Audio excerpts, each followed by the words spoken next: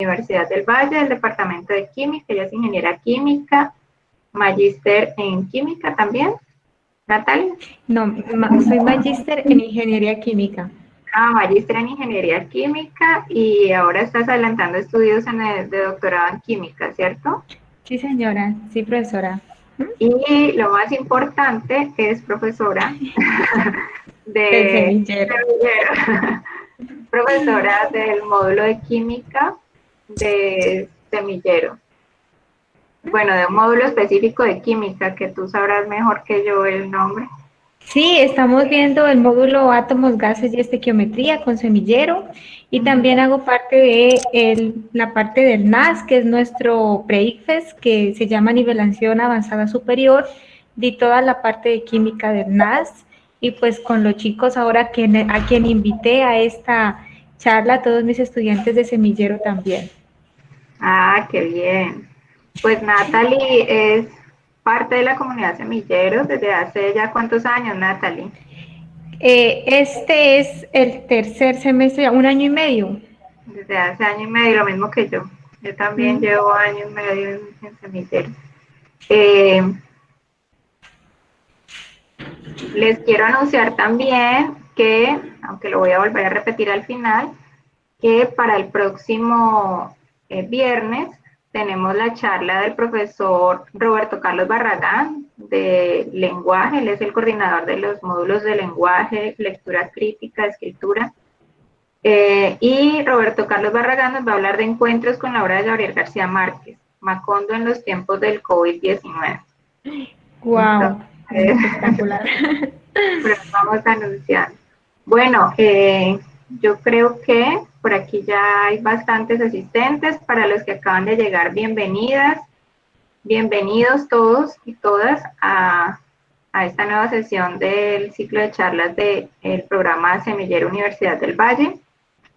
Y hoy entonces tenemos a la profesora Natalie Lorena Mena, que nos va a hablar del rol de la ciencia en las guerras mundiales. Entonces, Natalie, el público es tuyo. Bienvenida y muchas gracias. Gracias. Bueno, muchas gracias, profesora Luz Victoria. Les doy también, les agradezco a todos, les doy la bienvenida a esto que es nuestras charlas de semillero.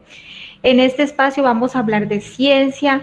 Como siempre lo he dicho, para nosotros como semillero queremos que tanto nuestros estudiantes como sus padres de familia se motiven por esta parte de la ciencia. La ciencia es maravillosa, ha estado presente en las cosas buenas, en las misiones de los satélites espaciales, en los descubrimientos nuevos, en la parte del ADN que fue el último premio Nobel de Química, pero desafortunadamente también la ciencia está presente en las cosas no tan buenas, como es el tema que hoy voy a abordar, que es de las guerras mundiales, precisamente por lo que fue la Primera Guerra y la Segunda Guerra Mundial. Este día, ya que vamos a hablar de esta guerra y de todo lo que, de estos contextos, pues también está muy invitada nuestra directora de la parte química, coordinadora de la parte química, que es la doctora Natalia Alfanasjeva, quien en algunos momentos voy a invitar a intervenir porque la familia de ella ya vivió en la Rusia de la Segunda Guerra Mundial. La familia de ella hay unas experiencias muy notables que quiero rescatar a medida que vamos dando ya esta charla tan científica que vamos a dar hoy con todos ustedes en un contexto que todos lo vamos a entender. ¿Sí? Entonces, bueno, voy a empezar a proyectar, no sé si requiero algún permiso, pero voy a empezar a proyectar mi presentación. ¿Todos están viendo aquí mi pantalla? ¿Alguien que me diga si ya estamos viendo la Sí pantalla? se ve. Yo la veo, sí. Vale, muchas gracias.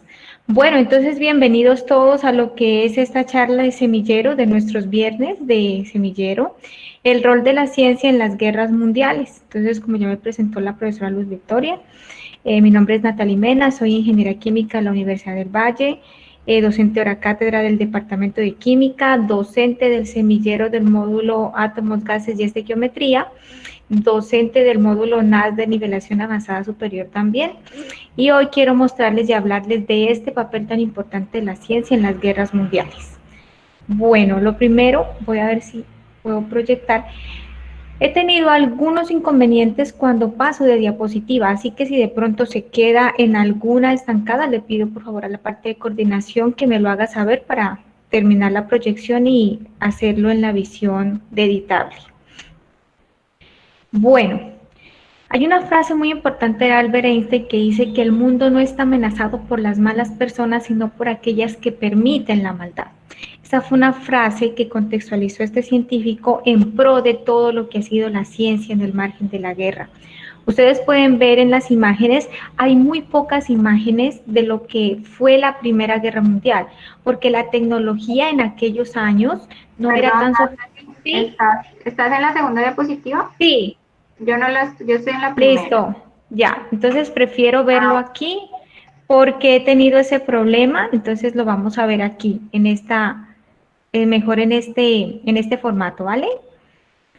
Bueno, entonces, como les mencionaba, esta frase tan destacable de Albert Einstein, donde dice que el mundo no está amenazado por las malas personas, sino por aquellas que permiten la maldad, que durante la Primera Guerra Mundial, donde fue mucho más profundo este ataque químico y donde la química jugó ese papel tan importante, hay pocas imágenes porque no había la tecnología necesaria para captar esos momentos tan importantes durante la guerra. Pero hay algunas que son, por ejemplo, un collage que ustedes pueden ver en pantalla, donde habían máscaras que los soldados utilizaban, ¿sí? Esa guerra fue el escenario de la primera gran confrontación química de la historia. ¿Y por qué se llama una confrontación química? Porque las armas químicas pues producen mucho daño, pero hay un sentido moral. Entonces ahí se empieza esa confrontación entre el querer ganar y tener esa sensación de victoria, de decir gané la guerra, y estar también inmerso en esa parte ética de la vida y del contexto pues tanto de la vida humana, como también pues toda la parte de los animales y de las plantas que pues estaban inmersos en todo el contexto de medio ambiente. Bueno, las armas son creadas para matar, herir o incapacitar con mayor efecto expansivo y los armamentos están clasificados como de destrucción masiva por las organizaciones de las Naciones Unidas. Entonces ustedes pueden ver algunas imágenes, al igual que la diapositiva anterior, que narran en alguna forma cómo era esa guerra en aquellos años, estamos hablando años alrededor de 1915, 1917, hace muchos años, en los cuales ya tenían los soldados que usar estas protecciones pues para poder sobrevivir a la guerra, porque no solo era el impacto de las armas letales físicas por bala o por cañones, sino que también estaba pues esta parte de la química. Hubo un científico que es Fritz Haber, que vivió entre 1868 y 1934, que es el pionero de esta parte química en el desarrollo de estas armas letales durante la Primera Guerra Mundial. Como ustedes pueden observar, en la Primera Guerra Mundial la humanidad no solo conocería un horror sin límites. ¿Por qué un horror sin límites? Porque en la Primera Guerra Mundial el contacto era muy físico. En la Segunda Guerra Mundial ya las armas bélicas evolucionaron, pero en la Primera Guerra Mundial el contacto era muy físico y entonces era pues un horror sin límites. Pero esta guerra vio el nacimiento de las armas químicas a escala industrial. ¿Sí? Que fue algo que pues ya jugó un papel muy importante en las armas del futuro. ¿Y cómo nació? Nació con dos enfoques. Este científico, quien ganó el premio Nobel en 1918 y quien durante la ceremonia expresó textualmente: en ninguna guerra venidera los militares podrán ignorar los gases tóxicos porque son una forma superior de matar. Claro, si nosotros contextualizamos toda esta parte química de estos científicos, es una forma superior de matar, porque yo no lo veo, porque yo no me puedo defender de mi enemigo si no estoy protegido en alguna zona o uso una mascarilla, como ahora lo hacemos con el caso del COVID. Pero en ese entonces los soldados no estaban preparados y las armas químicas pues jugaron un papel muy importante. Pero entonces está también el lado bueno. Así como él fue el pionero en estas armas químicas y así como lo dijo en su ceremonia de entrega del premio Nobel, que pues era una forma superior de matar, también juega un papel muy importante en la agricultura y en el desarrollo de lo que hoy tenemos con toda la gama de agricultura y esta parte del desarrollo sustentable y sostenible del aseguramiento alimenticio del planeta. ¿Por qué? Porque él creó también ciertas formas químicas para controlar las plagas que se comían los cultivos y para mejorar a gran escala la producción agrícola. Entonces, estas investigaciones de este científico no solamente hablan de esta parte secreta de la química, sino que también hay que hablar pues de la parte buena en este enfoque de la agroindustria. Bueno, aquí tenemos entonces unas imágenes de lo que fue en la Primera Guerra Mundial. Se utilizaron armas, por ejemplo aquí me gusta esta, voy a ver si lo puedo acercar un poquito. En esta imagen podemos observar entonces cómo estos soldados durante esta guerra se preparaban para jugar fútbol con máscaras antigas, porque era tanta la parte de la solubilidad de estos gases nocivos en el ambiente, que pues no quedaba de otra que andar con estas máscaras, tal cual como andábamos nosotros pues en este momento por el COVID. Esta imagen es pues en algún lugar de Francia, como dice textualmente, en 1916.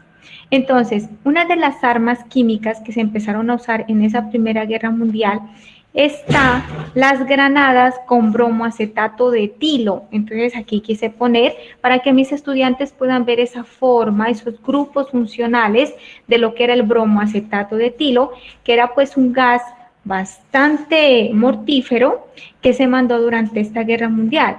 Sin embargo, este intento fracasó porque desafortunadamente para ellos y afortunadamente para los soldados, pues no era lo suficientemente concentrado y la cantidad no era lo suficientemente alta para lograr matar a todas las tropas.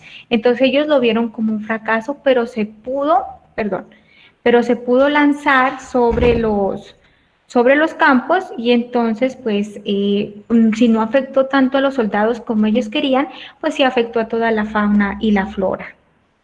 Bueno, también están estos científicos de la época que en 1915 pues jugaron una parte mucho más importante de esta guerra, porque mientras que el químico que nos mencionamos anteriormente, este bromoacetato de etilo, no fue lo suficientemente bueno, ellos desarrollaron el gas cloro. Ellos miraron cómo este gas cloro podía servir una parte muy importante. El gas cloro es altamente nocivo, ¿sí? Por ejemplo, si nosotros podemos recordar cuando lavamos el baño y adicionamos hipoclorito, y eso que el hipoclorito comercial pues tiene bajas concentraciones, muchas veces nos hace toser y nos arden los ojos y se nos irritan las mucosas. Y bueno, imagínense cómo eran entonces estos ataques en la guerra con este gas cloro. ¿Y quiénes lo producían? Pues lo producían empresas químicas alemanas del momento, entre las que ustedes pueden observar que se reconoce Bayer, que pues hasta ahora es muy reconocida en toda esta parte química y que pues ya vamos a hablar posteriormente de otros aportes que tienen estas empresas en la producción de estos químicos tan perjudiciales. Otros científicos, pues como Otto Hahn, James Franck y Gustav Hertz, tenían ese armamento químico.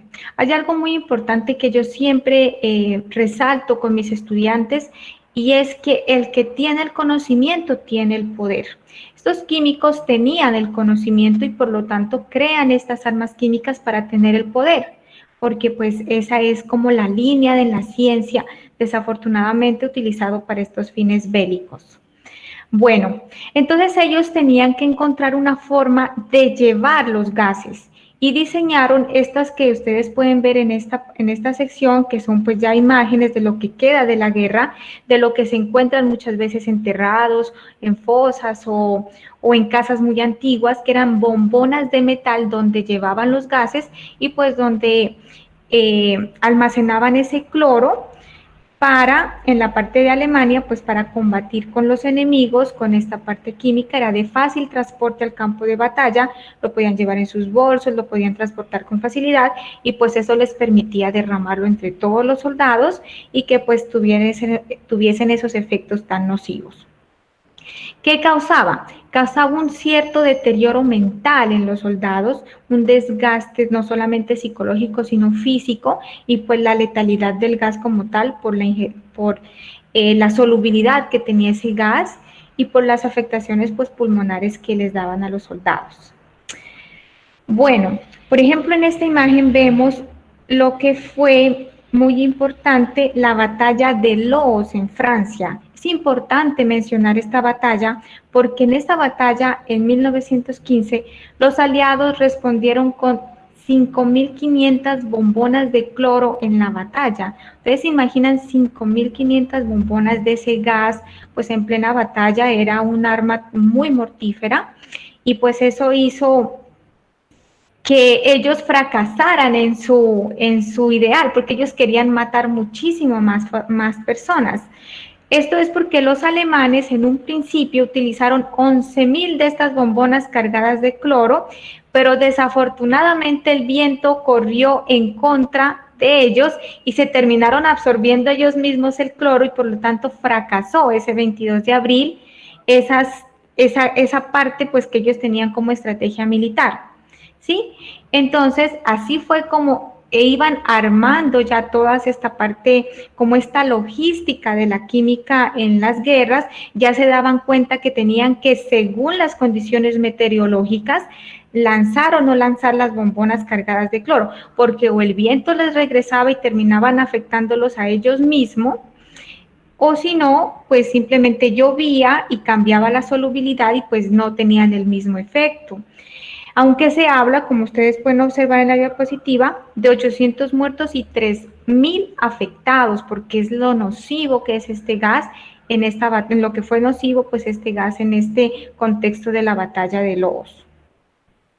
Bueno, después fueron evolucionando. Ya evolucionó el cloro a lo que conocemos como fosgeno. Fosgeno es una forma, ya ustedes pueden ver ahí, ya es una fórmula de carbono, oxígeno y cloro. Es muchísimo más letal, causa muchísimo más daño y ustedes pues pueden ver en esta imagen pues cómo era la nubosidad de todas estas armas utilizadas.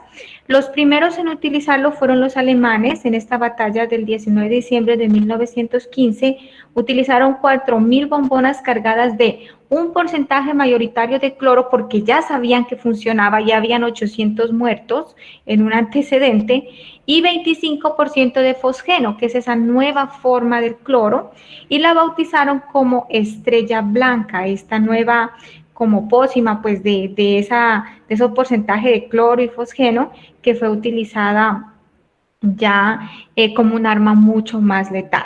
Esto fue en Bélgica, se causaron más de 1.000 muertes, entonces esto prueba pues lo letal que son este tipo de armas. Bueno, después viene algo que fue otra mezcla diferente, que fue el fosgeno, pero el difosgeno.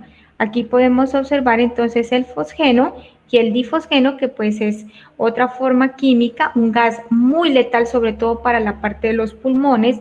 Los soldados, en cuanto ingieren ese gas, pues ya definitivamente causa daños irreversibles en los pulmones, sobre todo derrame pleural. Derrame pleural es que los químicos son tan altamente concentrados en mis vías pulmonares que hacen que se pierda esa capa de la pleura y que se llene de líquidos mis pulmones y desafortunadamente pues causa la muerte, ya colapsa el pulmón y causa la muerte. Entonces esto pues fue también de las otras guerras.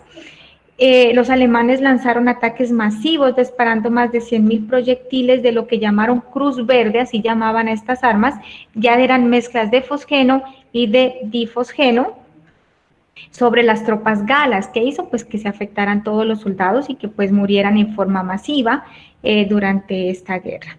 ¿Y quién producía? Entonces producía la Casa Bayer, como les digo, pues tenía esa especialidad en la parte de la manipulación y la calidad de la producción de estos químicos que eran altamente nocivos. Bueno, después venimos con el gas pimienta.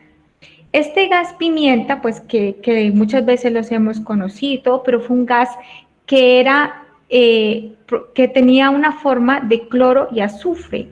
Entonces era muchísimo más nocivo, con el agravante que causaba malformaciones genéticas en las personas hasta en algunas generaciones, 2, 3 generaciones más.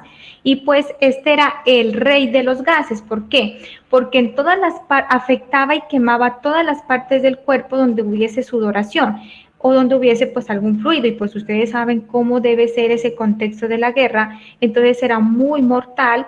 Esa imagen que ustedes pueden ver de la BBC News, donde muestra esa nube característica amarilla por el azufre, ese azufre que le da ese color amarillo, que es este gas mostaza, que pues era ya un avance en la parte de la guerra porque ya estaba obligando a los soldados a utilizar uniformes especiales y guantes. Entonces ya esta perfección de los gases nocivos durante la guerra, pues tenían que prevenir a los soldados para usar ciertos gases especiales, ya no solo las máscaras, sino trajes que evitaran que entre en contacto con la sudoración de las partes del cuerpo y les produzca pues quemaduras de alto grado o que les cause la muerte.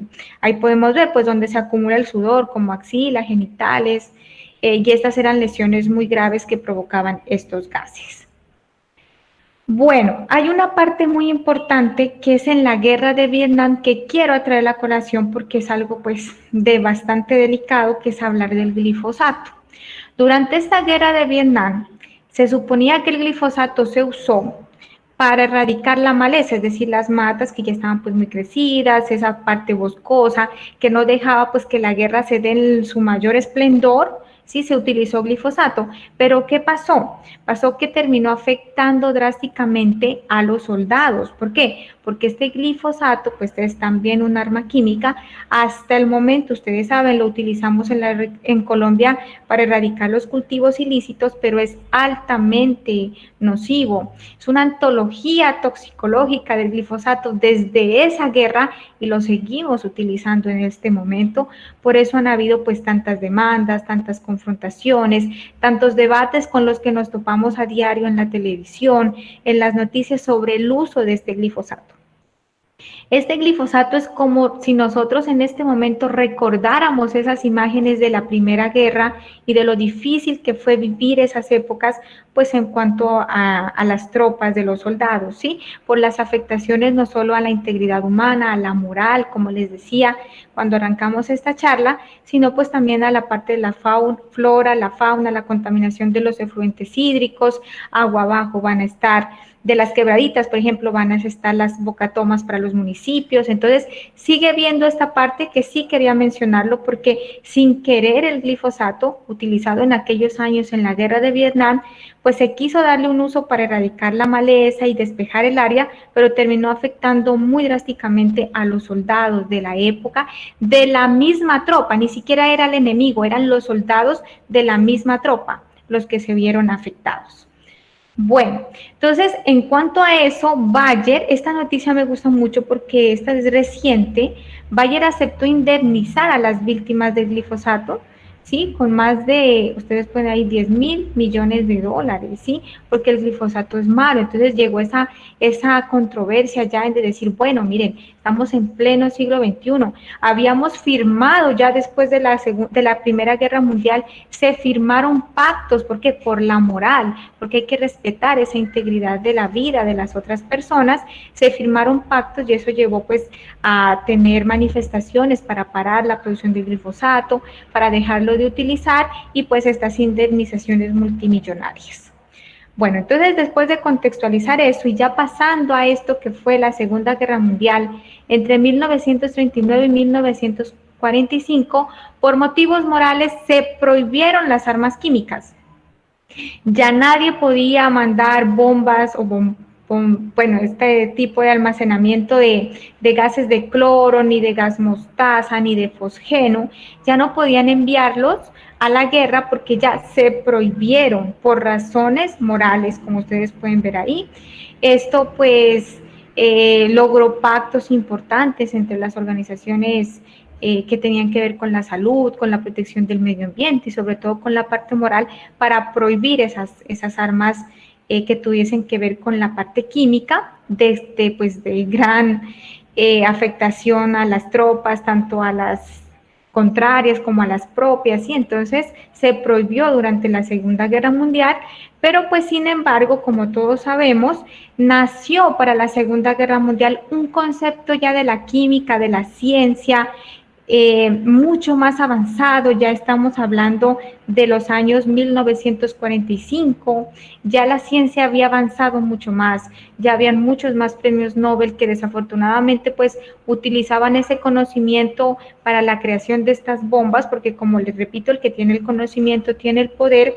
Entonces se empezaron a desarrollar ya el contexto de lo que eran las bombas atómicas. Entonces ya eran bombas que tenían altas cargas explosivas, empezamos a ver ya cómo podía hacerse bombas con uranio, empezaron a estudiar ya toda esa parte de cómo podía haber esa fisión del uranio, cómo esos isótopos del uranio jugaban un papel importante para crear armas de destrucción masiva, como son las bombas atómicas. Entonces, por ejemplo, la imagen que ustedes pueden ver aquí, esta es una imagen de la bomba arrojada en Hiroshima en 1945, que como pues muchos sabemos, esta bomba pues necesita varios conocimientos químicos, sobre todo pues saber cómo hacerla, qué reacciones químicas se necesitan, la cantidad de materia prima para organizar esta bomba, la proyección matemática de los efectos, la onda expansiva, todos estos conceptos que vinieron desde lo más profundo de allá de entender los sistemas atómicos, como lo hizo Bohr y sus aliados, comprender el principio de incertidumbre de Heisenberg, de saber a qué me atengo con cada una de estas partes que voy a construir, y el conocer las reacciones químicas. Por ejemplo, para esta bomba de uranio, que tenía pues el combustible uranio, era enriquecido con hexafluoruro de uranio, o sea, es hexafluoruro de uranio que primero es convertido a óxido de uranio y después en lingotes del metal de uranio. Entonces, son varias reacciones que los científicos debían conocer para poder estipular cómo se va a dar esa reacción, en qué proporciones están. Lo que he hablado con mis chicos del semillero, con mis chicos del NAS, esa estequiometría de la reacción, el saber hacer el cálculo de cómo procede esta reacción química, poder conocer las cantidades másicas exactas, poder hacer el balance de la ecuación química de cómo va a proceder la reacción, tanto para formar el óxido de uranio como después para formar el metal, y pues ya una vez ahí entender el concepto de cómo se puede trasladar todos estos conocimientos para hacer este tipo de armamento, que pues es algo muy explosivo, es algo de alta gama de destrucción masiva, como han sido pues las bombas atómicas, ¿sí?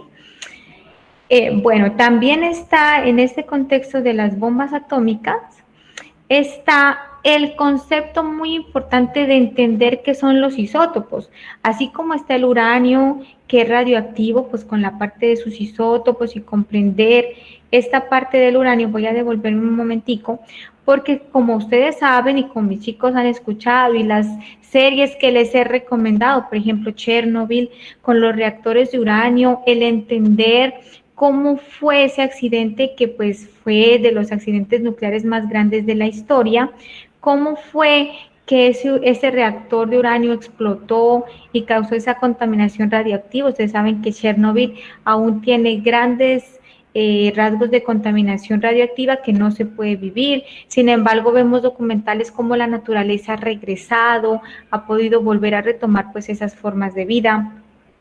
Está también que cuando cayeron estas bombas atómicas pues sobre Hiroshima y Nagasaki en la Segunda Guerra Mundial en 1945, pues causaron casi que la pérdida total de las ciudades, de la pérdida de la vida de las personas, de los soldados, pero también dejaron marcado esa radioactividad que pues permaneció durante muchos más años. Yo creo que hasta este momento hay niveles de radioactividad que causaban malformaciones en la parte genética de las nuevas generaciones, grandes problemas en la parte de la adaptación de las nuevas formas de vida, de la contaminación del agua. Fue realmente algo pues catastrófico en fines de la sostenibilidad ambiental, pero pues que se usó para ganar la guerra. Ya los que ganaron la guerra pues se sienten su satisfacción de ganar, pero también está pues esa parte moral de la destrucción con estas armas que pues en ese momento eran en el más alto grado de robustez científica para que se hayan podido dar. Pero no solo entonces estaban estas bombas que eran de uranio con ese concepto de isótopo, sino que también estaban estas otras bombas que eran las del concepto de isótopos, pero del hidrógeno, que era del deuterio y el tritio. Entonces, ¿qué es el deuterio y el tritio? Son unos isótopos del hidrógeno, ¿sí? Y yo les he recomendado cuando hablamos en clases del concepto de isótopos con mis estudiantes, los invito siempre a verse una serie que me agrada mucho, que es La Guerra del Agua Pesada. Es como en esos momentos en que se desarrollaba esta Segunda Guerra Mundial, la gente estaba pues muy desesperada por buscar esa agua pesada, que es agua deuterada, es decir, que en lugar de hidrógeno tiene deuterio, pues con el fin de por ahí empezar a analizar, a evaluar cómo se podía dar este tipo de otras bombas atómicas diferente a la del uranio y con muchísimo más potencia que la misma bomba atómica que cayó sobre Hiroshima o Nagasaki.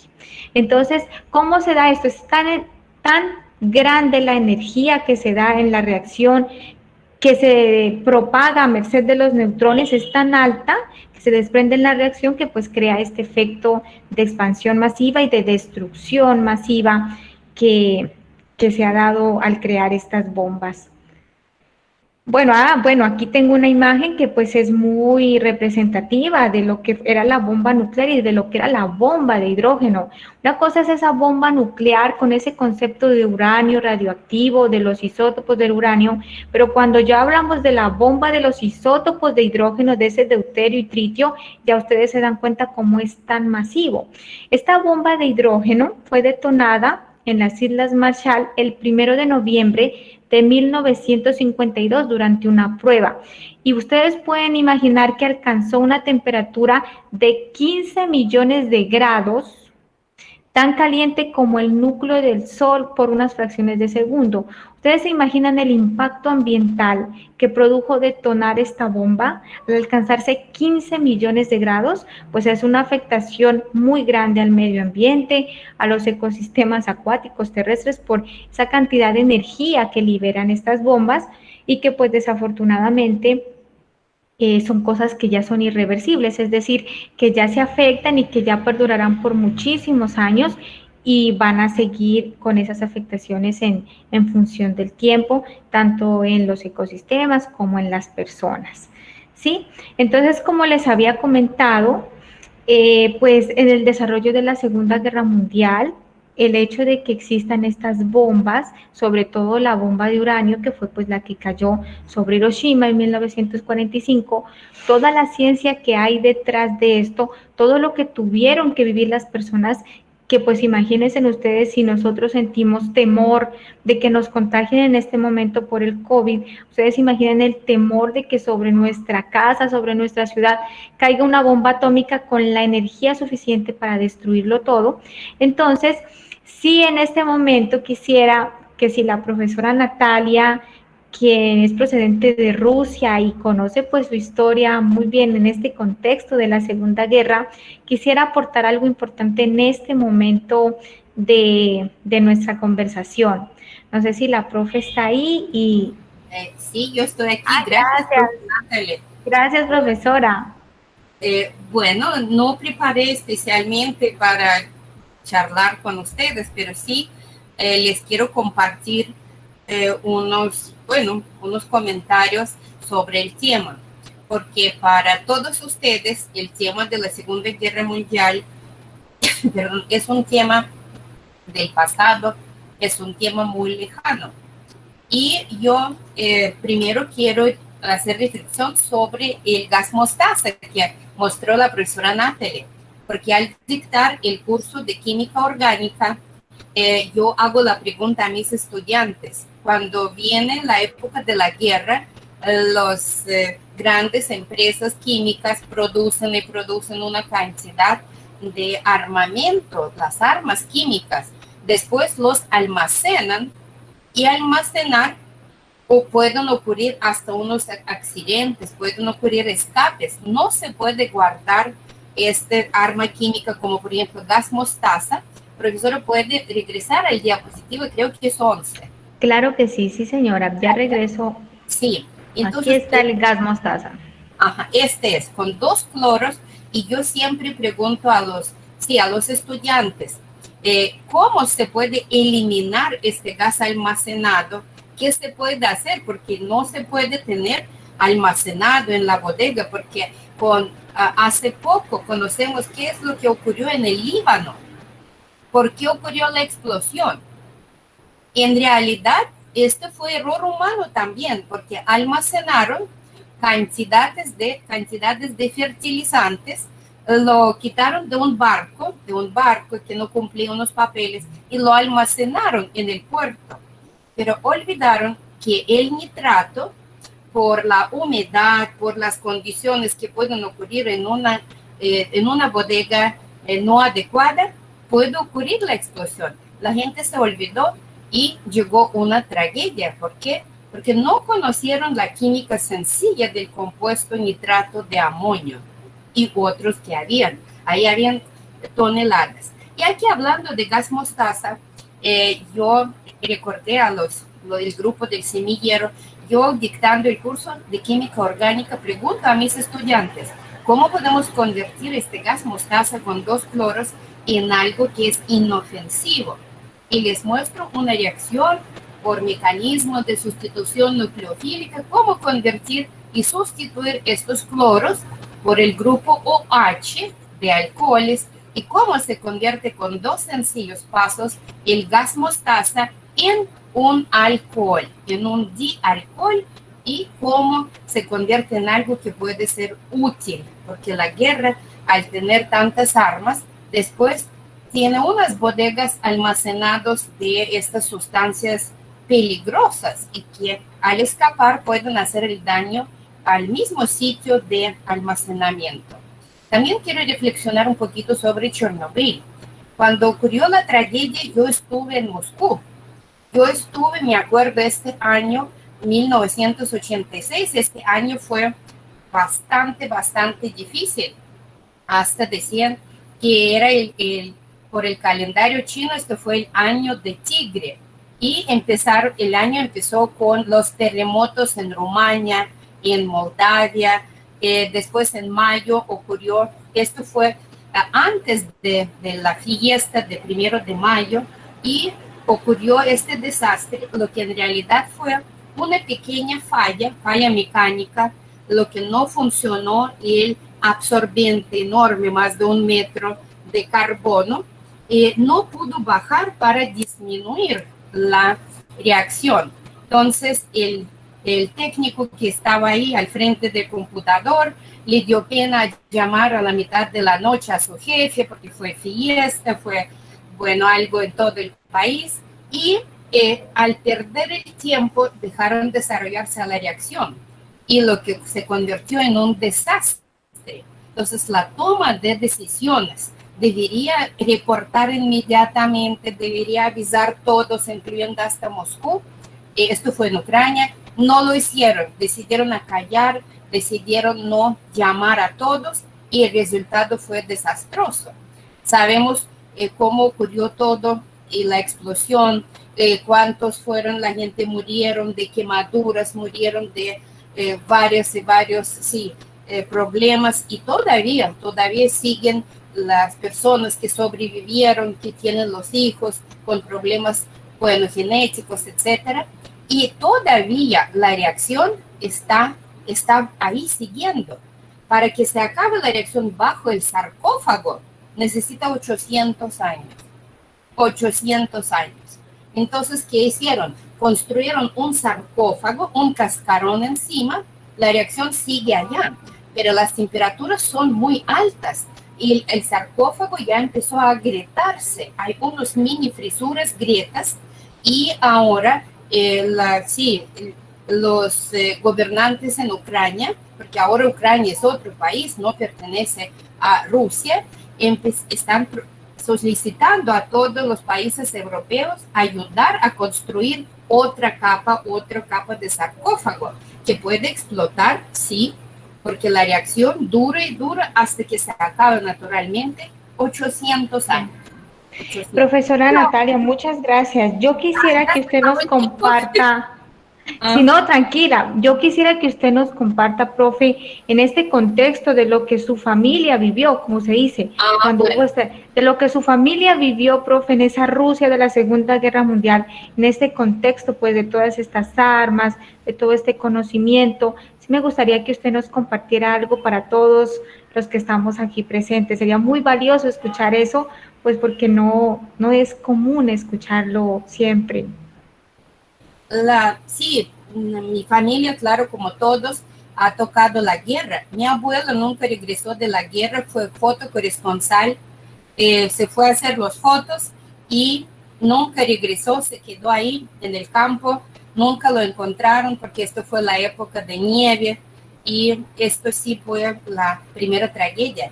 La segunda tragedia que los fascistas llegaron a la casa de mi abuela porque ella vivía en Ciudad Yelets, de región Lipetsk, que es la parte europea, es al sur de Moscú, y llegaron, ocuparon la ciudad, ocuparon la casa de ella.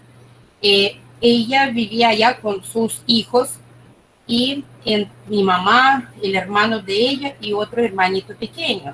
Entonces, todo el tiempo mientras estaban allá, bueno, es la época muy dura porque la época de guerra no hay nada de comer, no hay cosechas, no hay mercados, nadie trae, nadie cosecha, nadie trabaja, llega la época de hambre, de hambre. Y para sobrevivir el hambre, mi abuela me contaba cuando yo decía que no quiero comer tal cosa, ella decía, ¿sabes qué? Yo te cuento lo que tuvimos que vivir su mamá y los hermanos de ella. Entonces ella preparaba la sopa de cinturón, cocinaba el cinturón de cuero para que este agua tenía algún sabor de cuero, de carne, porque no había carne, no había absolutamente nada. Entonces, un año tuvo que cocinar este cinturón de cuero con una papa congelada del campo. Y cuando la papa se congela, entonces allá se cristalizan, se precipitan los azúcares. La papa se convierte extremadamente dulce. Tampoco había sal. Entonces, esto fue, y además la corteza de abedul, que por conocimiento, sí, antiguo, sabían que abedul tiene sus vitaminas, tiene propiedades antifibriles, también como un antibiótico, entonces cocinaban la corteza de abedul, del árbol, el cinturón, un año comían la papa congelada ahí con cinturón. Y a veces cuando yo tenía los caprichos, pues mi abuela decía, ¿quieres sopa de cinturón para valorar lo que tienes?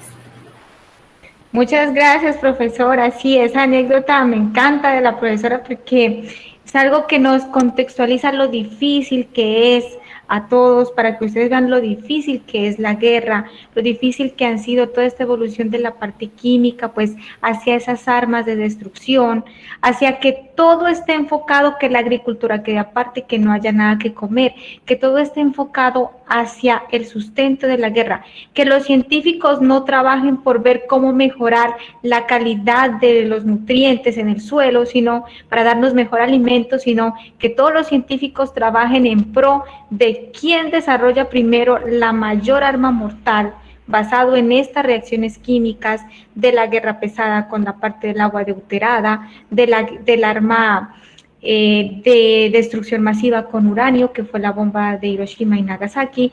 Todo colapsaba hacia los fines bélicos.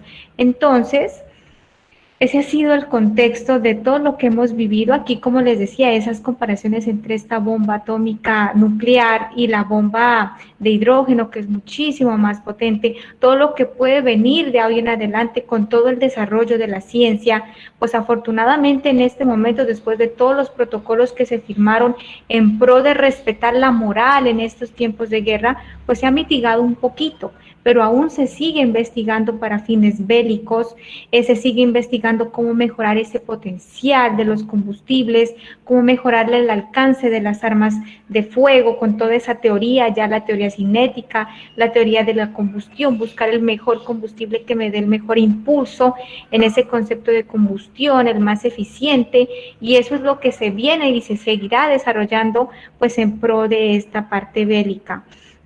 Bueno, aquí tengo una frase que me gusta mucho, que dice que la victoria tiene cientos de padres, pero la derrota es huérfana. ¿Por qué la victoria de las guerras ha tenido cientos de padres? Porque han sido esos padres científicos que han construido qué concentración exacta de cloro para matar a 800 personas, qué concentración de gas fosgeno, qué concentración de gas mostaza para matar a todas esas personas. Y pues ustedes pueden ver aquí, quiero también pues retomar esta parte que es una parte muy difícil, de que podemos recordar esa historia de lo que fueron las exterminaciones de los judíos en los campos de concentración también durante la Segunda Guerra Mundial. Como ustedes han visto en las películas y en todo lo que pues conocemos, documentales que ahora hay suficientes en la televisión, en los canales de YouTube, sobre lo que fue este exterminio de los judíos en las cámaras donde se inyectaba fosgeno, ¿sí? Este fosgeno, pues en aquel entonces lo producía Unión Carbide y Bayer también, que era ese gas nocivo en donde se engañaban a los judíos para que fueran a tomar unas duchas, se encerraban y pues se soltaban las cámaras de estos gases que venían siendo de nuevo armas químicas que ya estaban prohibidas después de la Segunda Guerra Mundial, perdón, después de la Primera Guerra Mundial, pero que se seguían usando en esta Segunda Guerra Mundial en lo que fue pues el exterminio de los judíos en la Alemania nazi. Entonces, estos padres que tienen la victoria de la guerra, pues tienen conceptos científicos muy profundos, los mejores científicos de la historia. Hay películas como la película de Copenhague, donde por qué Heisenberg visitó a Bohr allá en Copenhague durante la época de la guerra, qué se traían esos dos, los científicos grandes de la época, todo eso que corre en función de qué, en ser esos padres de la victoria. Pero la derrota es huérfana porque pues los soldados que murieron y perdieron, derrotados porque tenían un enemigo que no podían controlar, porque yo no puedo dejar de respirar el gas mortal, tengo que respirarlo de alguna forma, pues son esa parte de la derrota huérfana, ¿sí? Entonces, de mi parte y parte de la profesora Natalia, pues esto era lo que queríamos mostrarles en este momento. No sé si tengan algunas preguntas, hay muchísimo más contexto, pero con el público que manejamos, de nuestros estudiantes de semillero, de NAS, que estamos invitados, pues queríamos hacerlo en este contexto, con estas experiencias y con estos conocimientos que a todos se nos van a quedar en algún momento en nuestra mente y que lo podemos recordar y que eso es lo valioso, ¿sí? Que recordemos cómo ha sido esta evolución de la guerra y que pues afortunadamente ahora ya hay muchísimas más normas que exigen ese derecho moral y ese derecho ético que los científicos debemos tener en pro de hacer ciencia para respetar la vida. Entonces yo les agradezco mucho su atención. No sé si hay alguna pregunta, no sé si la parte de coordinación de semillero tenga planeado algún protocolo para la parte de las preguntas, entonces pues estaré abierta para responder sus inquietudes. Muchas gracias, Natalie, por la charla, muy interesante todo esto, ¿no? Y que también nos hace pensar, pues, como en el buen uso de las ciencias en todo sentido, ¿no? No solo de la química, pero sí hay que andar con pies de plomo en estas cosas, ¿no? Para quien quiera meterse en estas cosas, pues, como tú dices, con mucha ética y mucho compromiso, ¿no? Con Sí, señora. con la humanidad. Con la humanidad. No hay ningún protocolo. Si alguien quiere hacer alguna pregunta, puede abrir el micrófono, puede escribir a través del chat.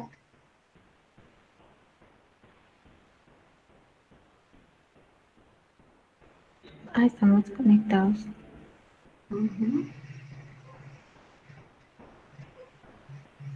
No sé si les gustó la anécdota de la profesora Natalia de lo que su familia vivió durante la Segunda Guerra Mundial. Es algo, profesora Natalia, cuando yo tenga alguna vez ya muy cercano hijos y no quieran comer esa comida, les voy a contar su historia, profe, de cómo su abuela tenía que hervir ese cinturón durante la Segunda Guerra Mundial porque no había nada más que comer.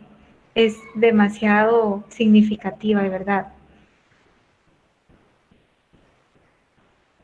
Sí, sí, lo comparto con todos. Es en realidad es algo lo que mi abuela y mi familia, mi mamá vivían. Y esto es una partecita de los recuerdos que yo comparto con todos, porque esa es, sí, la parte de enseñanza también. Sí, señora. Bueno, no veo ninguna pregunta. Yo espero que todos mis estudiantes, los que invité de parte de mi semillero de ciencias, que ya vamos por el tercer sábado, el día de mañana, les haya gustado esta charla. Nuestra metodología, ¿sí? Ah, bueno, profesora Luz Victoria. Yo tengo una pregunta con respecto a la frase que pones al final, creo, Sí, de que nadie se hace como responsable, ¿cierto? La claro. victoria tiene cientos de padres, pero la derrota es huérfana. Y bueno, yo creo que en este caso, por ejemplo, aun cuando se ganara una guerra, ¿cierto? Uno de los contrincantes ganara, pues en esas condiciones igual no es una victoria, ¿cierto? Sí. Y quisiera preguntarte si sabes algo, si nos puedes contar algo de los científicos que participaron en el diseño, pues como de estos artefactos tan potentes y tan dañinos que hicieron tanto daño en el mundo, que mataron tanta gente, si digamos tienes alguna anécdota o yo, pues, ellos qué pensaron después, qué hicieron, cómo se sintieron, no sé. Pues muchos de ellos, por ejemplo, si recordamos estas primeras diapositivas con los primeros que iniciados por Fritz Haber, Ujú. quien pues como nos damos cuenta es un poco, pues es bastante difícil como imaginarlo en una ceremonia tan solemne como la entrega de un premio Nobel. Si nosotros recordamos los que hemos vivido y hemos visto ya en las grabaciones lo que fue la ceremonia solemne de la entrega de nuestro premio Nobel, Gabriel García Márquez, de su discurso tan emotivo, ahora los científicos de esta época pues decían que es una forma superior de matar, ¿sí? Entonces es algo muy difícil, es un conflicto ético bastante profundo con esta parte de los científicos, pero también, como les decía, pues está encaminado a descubrir ciertas moléculas que pueden ayudarme con la erradicación de las plagas, mejorar la calidad de los cultivos, dar en aquel entonces de, pues imagínense, estamos hablando los años 1820, dar como ese primer paso hacia lo sofisticado que hoy vivimos de la agricultura, que los cultivos sean sostenibles, que sean de calidad, que el suelo se pueda recuperar fácilmente, o sea, son esas cosas. Yo creo que para estos científicos como Fritz Haber había un equilibrio, mientras estaba pues en la parte mala, que era que sus conocimientos habían dado origen a estas formas superiores de matar con la parte química, pues también estaba la otra parte que equilibraba, que era un beneficio también para toda la humanidad. Incluso hasta este momento, pues hay cientos de fungicidas, herbicidas que sirven de forma controlada para que podamos tener seguridad alimentaria, es decir, para que siempre tengamos post cosechas buenas y podamos alimentarnos.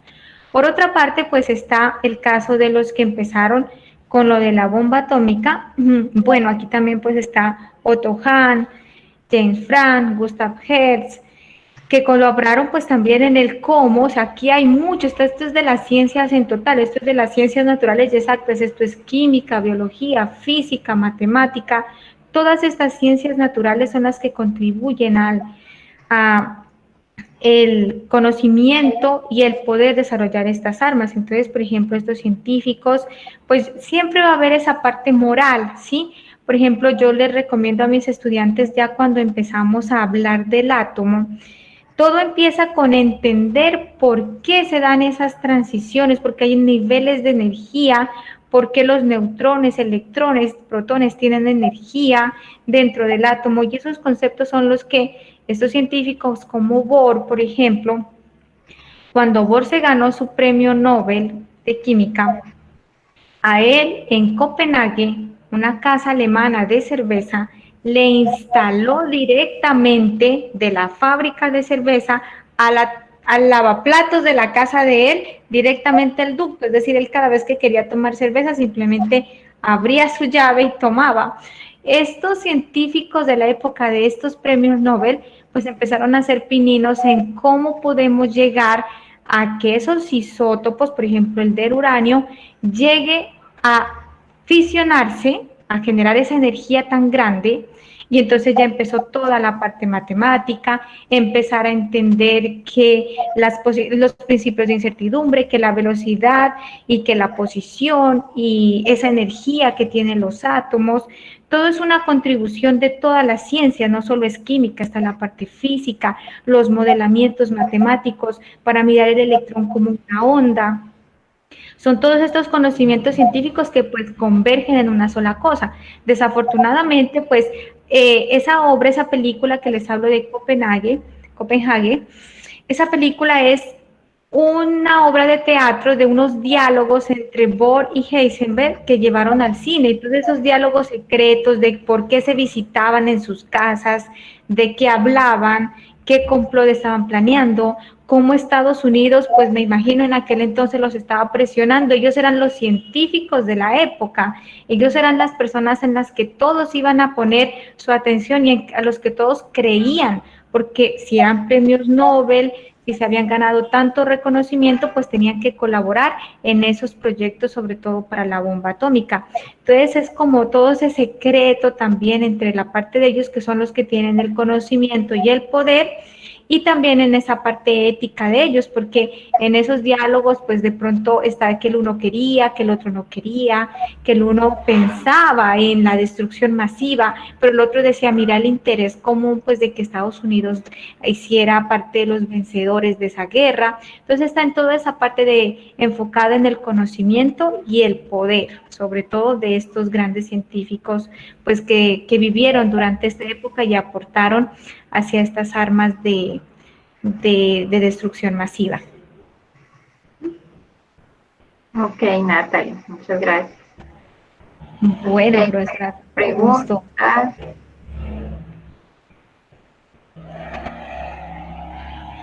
Bueno, entonces agradecerte, Natalie. Muchas gracias a ustedes. Siempre bienvenida a estas sesiones de charlas. Y recuerden que para la próxima, el próximo viernes, el profesor Roberto Carlos Barragán nos va a acompañar. Él estará a cargo de la sesión del próximo viernes y nos va a hablar de encuentros con la obra de Gabriel García Márquez, Macondo en los tiempos del COVID-19. Entonces, bienvenidas y bienvenidos para el próximo viernes, y de nuevo muchas gracias, Natalie. No, con todo el gusto, siempre pensando en llevar pues estas charlas para que todos los estudiantes se motiven por la ciencia, quieran hacer parte de nuestro equipo de Semillero. Nosotros en Semillero hablamos de ciencia con un enfoque pues científico y pedagógico, a que ustedes tengan gusto por las ciencias, de pronto no mirar como si mi futuro es ser químico, ingeniero químico dentro del semillero de química, sino de entender todo esto, entender por qué eran malas las reacciones, entender qué es nocivo para mí, cómo es el concepto de los gases, qué gases son nocivos, porque si aspiro mucho helio de un globo de helio puede causarme la muerte, todas esas cosas. Y bienvenidos todos los que estuvieron hoy presentes, mis estudiantes de semillero igual, muchas gracias por estar presentes. Michelle, gracias. A la profesora Natalia también muchas gracias por su intervención. Es maravilloso pues tener también a la profesora en nuestras clases de semillero, ella interviene con anécdotas, es muy agradable esta parte, este enfoque científico que le damos a nuestro semillero. Les agradezco entonces a todos la atención, la participación, y pues nos encontramos mañana con mis chicos y el próximo viernes en la próxima charla de semillero. Muchas gracias a todos.